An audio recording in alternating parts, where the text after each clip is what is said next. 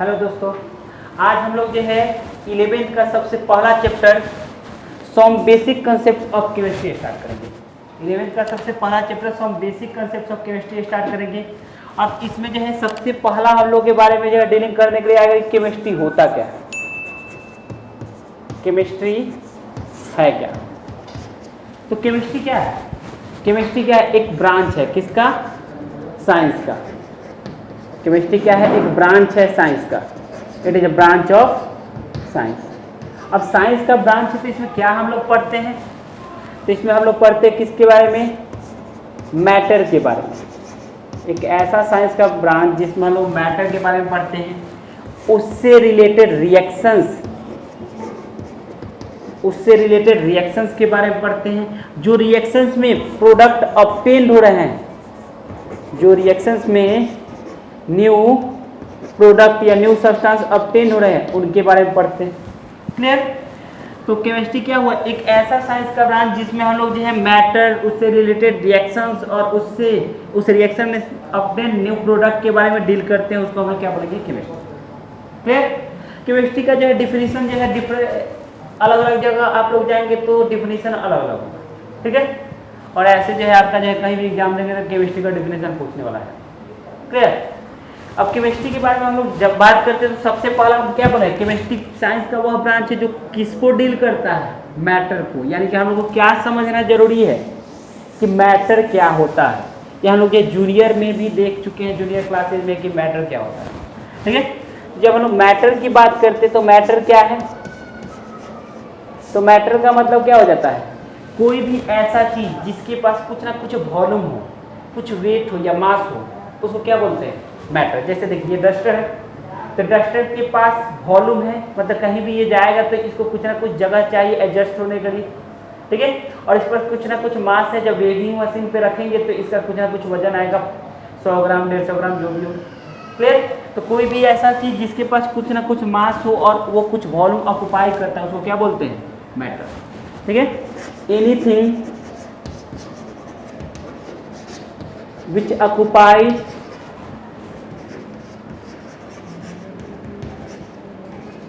some space, anything which occupies some space and having some mass, कोई भी ऐसा चीज जो कि कुछ स्पेस ऑक्युपाई करता हो, स्पेस ऑक्युपाई करता हो कहने का मतलब वॉल्यूम हो और उसके पास कुछ मास हो, उसको क्या बोलते हैं?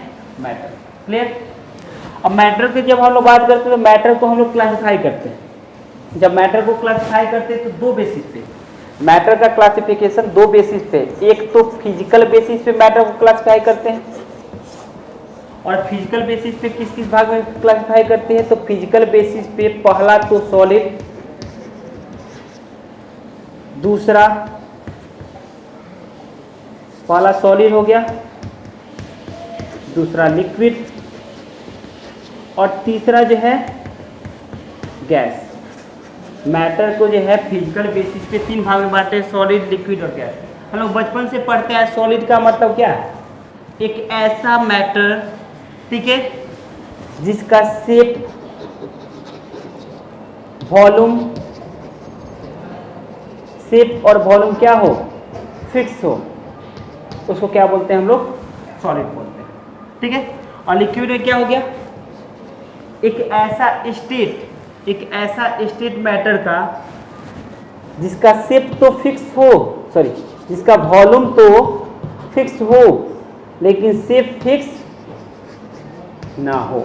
वॉल्यूम फिक्स हो लेकिन शेप फिक्स ना हो, कहने का मतलब कि अगर 1 लीटर होगा तो चाहे उसको किसी भी कंटेनर में रखिए, वो 1 लीटर नहीं होगा, लेकिन उसका शेप चेंज हो जाएगा। कंटेनर, अगर हम लोग का एक जो है कंटेनर जग होगा तो उस समय लिक्विड का शेप जग का होगा, ग्लास होगा तो लिक्विड का शेप ग्लास का होगा। यानी कि शेप क्या होते जा रहा है? लिक्विड का चेंज होते जा रहा है, लेकिन वॉल्यूम क्या होगा? फिक्स। और सॉलिड के केस में क्या था? ये दोनों के दोनों सेम था। तीसरा, जब गैस का हम लोग बात करते हैं तो गैस का ना ही वॉल्यूम फिक्स होता है ना ही शेप। शेप तो कभी फिक्स होगा नहीं। वॉल्यूम की जब हम लोग बात करते हैं तो इसको जो वॉल्यूम दे दीजिए उस वॉल्यूम में आ जाएगा। एक छोटे से बर्तन में दे दीजिए तो गैस उस बर्तन में चारों तरफ से फैल जाएगा। एक छोटा रूम दे दीजिए तो पूरे तरह से रूम में फैल जाएगा। तो गैस क्या हुआ, जिसका ना ही वॉल्यूम फिक्स हो और ना ही शेप। क्लियर। तो पहला बेसिस पे इन तीनों को क्लासिफाई किए। दूसरा बेसिस क्या है क्लासिफाई करने का, कंप्रेसिबिलिटी फैक्टर। सबसे ज्यादा कंप्रेसिबल कौन होता है, सबसे ज्यादा कंप्रेसिबल हम लोग का गैस होता है। कहने का मतलब सबसे ज्यादा गैस को हम लोग दबा सकते हैं प्रेशर की मदद से, ठीक है। उससे थोड़ा कम किसको कंप्रेस कर सकते हैं, लिक्विड को, और किसको कंप्रेस नहीं कर सकते हैं, सॉलिड को। नेग्लिजिबल कंप्रेसिबिलिटी फैक्टर इसके पास है, इसके पास कंप्रेसिबिलिटी फैक्टर थोड़ा उससे ज़्यादा है, इसके पास तो सबसे ज़्यादा, ये सबसे ज़्यादा कंप्रेस हो सकता है। क्लियर। 15 लीटर गैस को जो है एक सिलेंडर के अंदर हम लोग रख सकते हैं और उसको एक बड़े बिल्डिंग में भी छोड़ दिया जाए तो चारों तरफ फैल जाएगा। तो क्या है, उस बड़े बिल्डिंग में फैलने वाले गैस को लोग छोटे सिलेंडर में पैक कर रहे हैं, इसका मतलब क्या है, उसको कंप्रेस कर सकते हैं बहुत ज़्यादा। क्लियर। ये दूसरा फैक्टर हुआ सॉलिड लिक्विड गैस में। तीसरा फैक्टर क्या हो सकता है सॉलिड लिक्विड गैस में, तो एक होता है टर्म इंटर पार्टिकल डिस्टेंस या इंटर पार्टिकल फोर्स। ठीक है, क्या बोले हैं टर्म, इंटर पार्टिकल फोर्स या इंटर पार्टिकल डिस्टेंस। अब देखिए समझिए क्या होता है। जैसे कोई भी सॉलिड है तो बहुत सारे छोटे छोटे पार्टिकल से मिलकर बना होता है और उन पार्टिकल के बीच में कुछ ना कुछ फोर्स लगता है, अट्रैक्शन फोर्स। ठीक है, तो जब सॉलिड की हम लोग बात करते हैं तो सॉलिड के केस में जो पार्टिकल होते हैं उनके बीच में इंटरमॉलिक्यूलर फोर्स या इंटर पार्टिकल फोर्स क्या होता है, बहुत ज़्यादा स्ट्रांग होता है। और स्ट्रांग होने के कारण ही इसका शेप क्या होता है, क्लियर।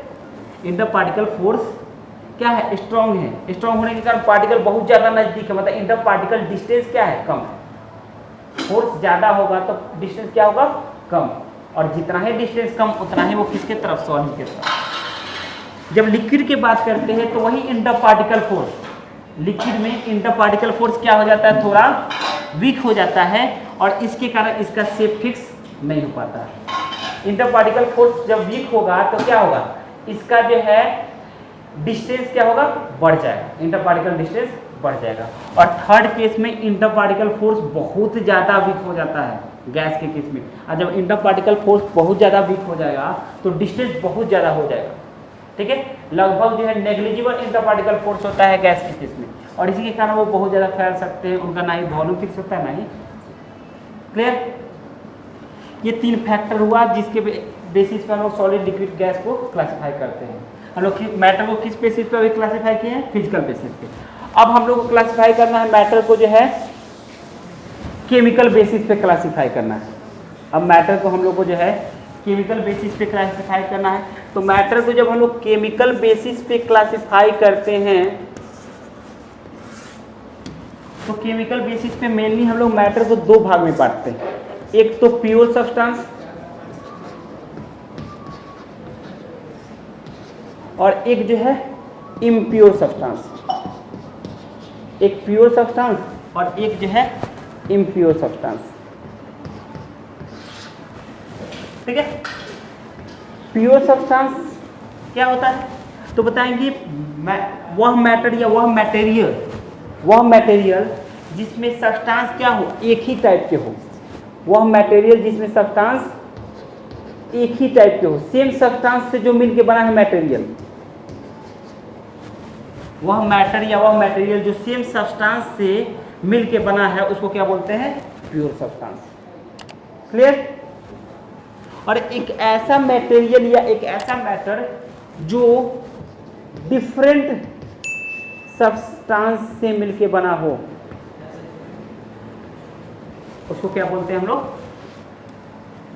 Impure substance. ठीक है, इसको बनाने के लिए जो है इसमें जो है पार्टिकल को सेपरेट करने के लिए हम लोग को जो फिजिकल या केमिकल, हम लोग को जो मेनली केमिकल मेथड अप्लाई करना पड़ता है, और इसको जो है बस फिजिकल मेथड से सेपरेट कर सकते हैं। ठीक है, इसमें जो है एक से ज़्यादा सब्सटेंसेज अगर होंगे तो बस क्या कर सकते हैं हम लोग, फिजिकली सेपरेट कर सकते हैं। क्लियर। बस इतना ध्यान में रखना है कि प्योर सब्सटेंस का मतलब क्या हो गया, वैसा मटेरियल जो कि सेम सब्सटेंस से मिलकर बना हो, और वैसा मटेरियल जो डिफरेंट सब्सटेंस से मिलकर बना हो उसको क्या बोलते हैं, इम्प्योर सब्सटेंस या मिक्सचर। क्लियर। अब इसके बेसिस पे तो दो भाग में बांट दिए, अब ये फर्दर क्लासिफाई होगा, प्योर सब्सटेंस को भी डिवाइड करेंगे और इम्प्योर सब्सटेंस को भी। तो सबसे पहले हम लोग देखते हैं प्योर सब्सटेंस। प्योर सब्सटेंस का मतलब क्या बताएं, एक ऐसा मटेरियल जो कि सेम सब्सटेंस से मिलकर बना हो। अब प्योर सब्सटेंस को बांटेंगे जब हम लोग, तो प्योर सब्सटेंस को हम लोग बांटते हैं दो भाग में मेनली, एक एलिमेंट और दूसरा हो जाता है हम लोग का कंपाउंड। प्योर सब्सटेंस को दो भाग में बांटेंगे, एक एलिमेंट और एक कंपाउंड। अब देखिए एलिमेंट का मतलब क्या हुआ, ये किसका टाइप है, प्योर सब्सटेंस का। तो बताएंगे एलिमेंट क्या है, वह प्योर सब्सटेंस जो कि कंटेन करे, वह pure substance which contains only one kind of atoms. वैसा प्योर सब्सटेंस जो कि एक ही एटम्स के काइंड को जो है कंटेन करे, उसको क्या बोलते हैं, एलिमेंट। एक ही काइंड का मतलब क्या हुआ, जैसे देखिए आयरन, जब आयरन का एलिमेंट लेंगे, आयरन का एक टुकड़ा लेंगे, तो उसमें जो एटम्स होंगे सिर्फ आयरन के ही होंगे। सोडियम, सोडियम का जब जो है हम लोग टुकड़ा लेंगे, तो सोडियम में जो है एटम सिर्फ सोडियम के ही होंगे। O2, O3, इसमें सिर्फ एटम्स ऑक्सीजन के ही हैं, इसमें सिर्फ एटम्स ऑक्सीजन के ही है। फॉस्फोरस P4, इसमें सिर्फ एटम्स जो है फॉस्फोरस के ही हैं। यानी कि जब एक ही टाइप के एटम्स होंगे, एक ही काइंड के एटम्स होंगे, तो उस टाइप के प्योर सब्सटेंस को क्या बोलते हैं, एलिमेंट्स। क्लियर। दूसरा हम लोग का क्या है, कंपाउंड। एलिमेंट के बाद दूसरा हम लोग का आ गया कंपाउंड। तो कंपाउंड का मतलब क्या होता है, यहाँ पे क्या था, only one kind of atoms, और यहाँ पे क्या होगा, कंपाउंड क्या है, एक ऐसा जो है प्योर सब्सटेंस है जो which contains atoms of different element या different kind।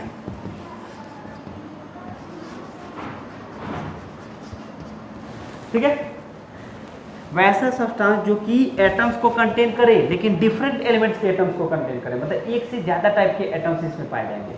जैसे देखिए एग्जांपल H2O, इसमें जो है ऑक्सीजन एटम भी है, हाइड्रोजन एटम भी है। CO2, कार्बन एटम भी है, ऑक्सीजन एटम भी है। Na2CO3, इसमें सोडियम भी है, कार्बन भी है, ऑक्सीजन भी है। तो इस क्या है, कंपाउंड एक ऐसा प्योर सब्सटेंस हुआ जिसमें एक से ज्यादा टाइप के एटम्स जो है मिले होंगे। ठीक है, अब देखिए जब हम लोग कंपाउंड का बात करते हैं या एलिमेंट का, तो इस दोनों को हम लोग जो है फिजिकली जो है डिवाइड नहीं कर सकते। ठीक है, इसको तो हम लोग सिंपलर सब्सटेंस पे डिवाइड करेंगे ही नहीं।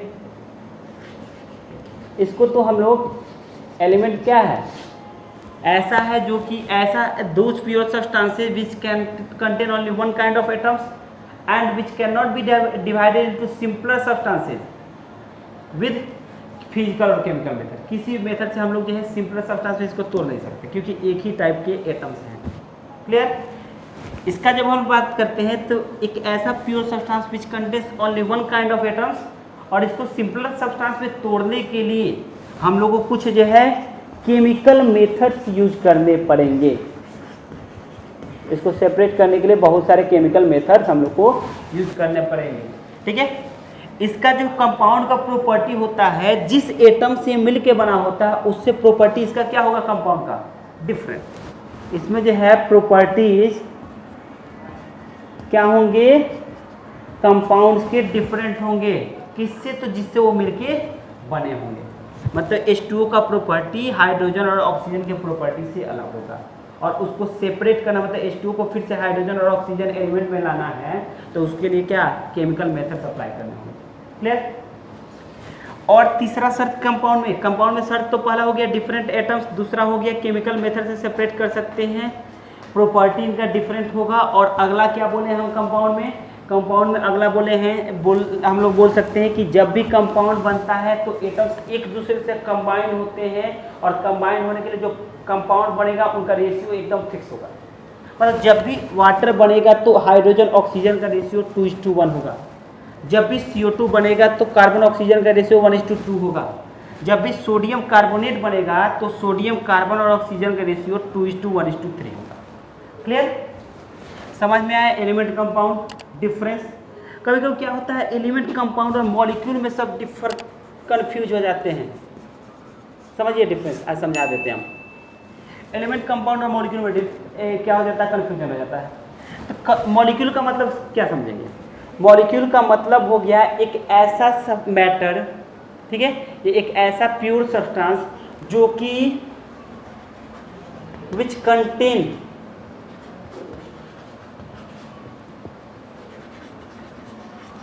मोर देन वन एटम, जो एक से ज़्यादा एटम को कंटेन करे। एक ऐसा प्योर सब्सटेंस जो एक से ज़्यादा एटम मतलब 2 या 2 से ज़्यादा एटम को कंटेन करे, उसको क्या बोलते हैं? मॉलिक्यूल। एलिमेंट में था कि एक टाइप के एटम्स होने चाहिए, कंपाउंड में था डिफरेंट टाइप के एटम्स होने चाहिए। इसमें कोई शर्त नहीं है, वो एटम्स डिफरेंट भी हो सकते हैं, सेम भी हो सकता है। बस इसका शर्त क्या है कि एटम्स का संख्या 2 होना चाहिए, 2 से ज़्यादा, मतलब हमेशा 1 से ज़्यादा। क्लियर? जैसे देखिए एग्जाम्पल में, जैसे मॉलिक्यूल में लेते O2, O2 भी एलिमेंट है। O2 तो एलिमेंट है क्योंकि एक टाइप के एटम्स है, साथ में मॉलिक्यूल भी है क्योंकि मॉलिक्यूल को बस मतलब है कि एक से ज़्यादा एटम होने चाहिए। ठीक है? O3 ये भी मॉलिक्यूल भी है, एलिमेंट भी है। CO2 मॉलिक्यूल तो है ही क्योंकि 1 2 3 एटम्स होंगे, कंपाउंड भी है, मतलब इसको बस मतलब है कि कितने एटम्स हैं। अगर 2 एटम्स होंगे, 2 से ज़्यादा एटम्स होंगे तो उसको क्या बोल देंगे? मॉलिक्यूल। क्लियर? यहाँ तक क्लियर है? अब इसके बाद में हम लोग जो है कंपाउंड को फिर डिवाइड करते हैं। मैटर को डिवाइड किए हैं केमिकल बेसिस पे 2 भाग में, pure substance, impure substance. Pure substance को फर्दर डिवाइड किए कितने भाग में? 2 भाग में, एलिमेंट और कंपाउंड में। ठीक है? अब जो है कंपाउंड को फिर 2 भाग में बांटेंगे हम लोग, एक इनऑर्गेनिक कंपाउंड और दूसरा जो है ऑर्गेनिक कंपाउंड। कंपाउंड को 2 भाग में बांटेंगे, इनऑर्गेनिक कंपाउंड और ऑर्गेनिक कंपाउंड। जब हम लोग बात करेंगे इनऑर्गेनिक कंपाउंड का, तो इनऑर्गेनिक कंपाउंड में वैसे कंपाउंड सामने आएंगे जो कि ऑब्टेन्ड होते हैं नॉन लिविंग बींग्स से।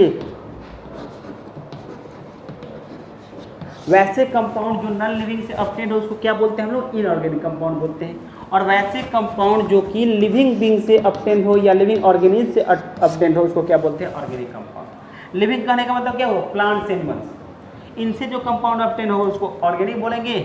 और प्लांट्स, एनिमल्स मतलब लिविंग को छोड़ के जो बच गया वो क्या हो गया? नॉन लिविंग, उनसे जो ऑब्टेन हो उसको क्या बोलते हैं? Inorganic compound. ठीक है? और क्या डिफरेंस हो सकता है? ऑर्गेनिक में क्या हो जाते हैं? मेनली जो है कार्बन से रिलेटेड कंपाउंड आ जाते हैं, बस एक्सेप्ट कर दे कुछ कुछ को, तो इसमें मेनली क्या आ जाता है? Carbon related compound. ऑर्गेनिक में मेनली कार्बन रिलेटेड कंपाउंड आ जाते हैं, कुछ एक्सेप्शन है जैसे कार्बोनेट्स, बाइकार्बोनेट्स, कार्बाइड्स, ये सब क्या हो जाते हैं? एक्सेप्शंस हो जाते हैं, जो कि इस लाइन को थोड़ा इससे अलग होते हैं। वो कार्बन रिलेटेड कंपाउंड को ऑर्गेनिक कंपाउंड बोल देंगे, बस कुछ एक्सेप्शन। क्लियर? और इनऑर्गेनिक कंपाउंड से कौन बनाते हैं? तो S block, P block, D block, F block, आगे चल के कोऑर्डिनेशन कंपाउंड, ये सब जो है किस में आएंगे? Inorganic compound. क्लियर? बस ऑर्गेनिक में ध्यान में रखेंगे those compounds which are obtain from living being या लिविंग ऑर्गेनिज्म, उसको बोलते हैं organic compounds. And those compound which are obtain from non living known as inorganic compound. इसमें ये सब आते हैं। क्लियर? ऑर्गेनिक, इनऑर्गेनिक क्लियर है। अब इम्प्योर को हम लोग क्या किए? सॉरी, प्योर सब्सटेंस को जो है हम लोग बांट दिए। अब बांटना किसको है? इम्प्योर सब्सटेंस को। तो जब हम लोग इम्प्योर सब्सटेंस की बात करते हैं तो इम्प्योर सब्सटेंस में जो है 2 आएंगे। एक तो आएगा हम लोग का इम्प्योर सब्सटेंस में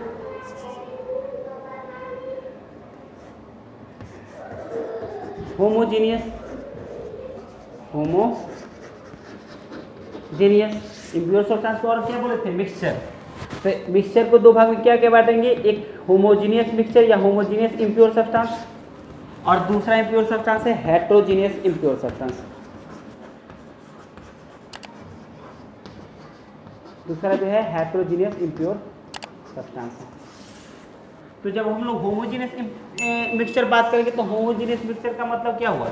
एक ऐसा मिक्सचर, होमो का मतलब क्या होता है? सेम। एक ऐसा मिक्सचर जिसमें एक से ज़्यादा सब्सटेंसेस प्रेजेंट तो हों, लेकिन जो है उनका कंपोजिशन क्या हो? हर पॉइंट पे सेम। एक ऐसा मिक्सचर जो जिन सब्सटेंसेस से मिलके बना है उनका कंपोजिशन हर पॉइंट पे क्या हो? सेम। जैसे वाटर और शुगर को मिला दीजिए तो ये मिक्सचर है, लेकिन हर पॉइंट पे वाटर शुगर का रेशियो क्या होगा? सेम, क्योंकि टेस्ट करके देख लीजिए हर पॉइंट पे क्या होगा? टेस्ट सेम आएगा। ठीक है। लेकिन हेट्रोजीनियस में क्या होगा? हेट्रो का मतलब ही होता है डिफरेंट। मतलब एक ऐसा मिक्सचर जो है जो एक से ज़्यादा सब्सटेंस से मिलके बने तो हैं, लेकिन उनका कंपोजिशन क्या है? उनका कंपोजिशन हर पॉइंट पे क्या होने वाला है? डिफरेंट। ठीक है।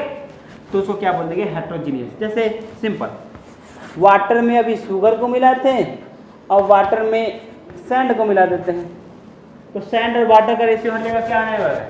सेम नहीं, हर जगह सैंड वाटर का रेशियो क्या आएगा? डिफरेंट। तो इसको क्या बोल देंगे? Heterogeneous mixture. ठीक है। इतना हम लोग आज डील करेंगे। अगले क्लास में हम लोग जो है डील करेंगे नेक्स्ट टॉपिक क्या? तो atoms, molecules, ions, atomic mass, molecular mass, ये सब। ठीक है। जो भी आपको ये लिखा गया है, आप अगर साथ में नहीं लिख रहे हैं तो उसके लिए जो एक PDF का लिंक जो है डिस्क्रिप्शन में दे दिया जाएगा। ठीक है। तो चिंता करने की जरूरत नहीं है। ठीक है।